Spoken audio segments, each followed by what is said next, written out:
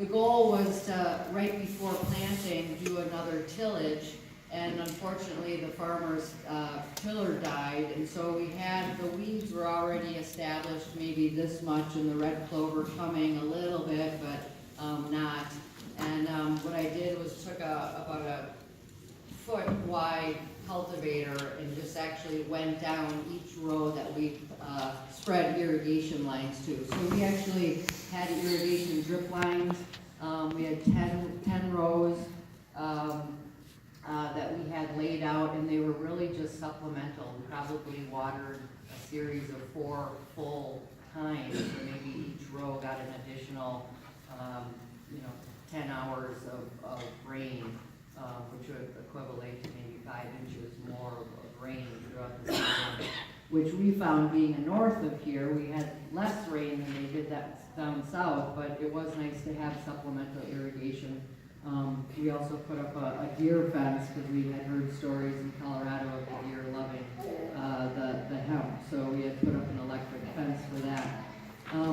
But I would say a series of 4 intensive mowing and then weed eating, like I said early on, pulling weeds around the plants as they became established, using fertility where needed. But in my learning that I've been doing through organic and biodynamic agriculture, I need to look at weeds in a different way, and some of the pictures in my slideshow, showing butterflies and the Asian beetles, the Japanese beetles, the ladybugs, the grasshoppers, the daddy longlegs. There was so many insects, and they all seemed to just rest and populate on the hemp, and they didn't eat it.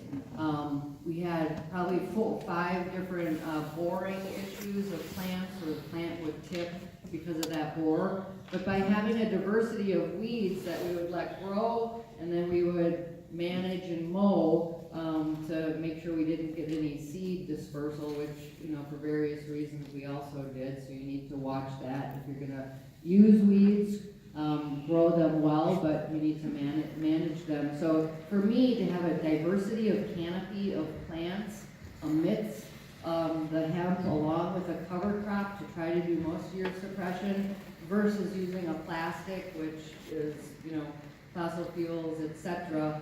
You have to, choose which way you want to go as a farmer. Do you want to go organic? Do you want to go conventional? Like Harry said, it is a bioaccumulator, so it will suck up every, form of heavy metal and chemical or pesticide that was ever used on your property. So if you want to go into the organic market, you have to, plan accordingly for that, and you can get your property, certified in that way. But the industry, does have a calling for organic, and especially this is for health. This is for the human body to surpass the cancers and the diseases that's afflicting our society. And, we want to have clean CBD. We want to have the best product available for our needs. And then we have a clean environment as well, and that's the game changer there. Yeah. Between you guys, would you recommend drip or overhead irrigation? What would you think is the better way to go? I personally, as much moisture as there is, Most of these plants had some sort of fungus on them. I called the dead cat, forget the right name of it, but the guy said, we found every kind of fungus that grows on anything, on everything this season.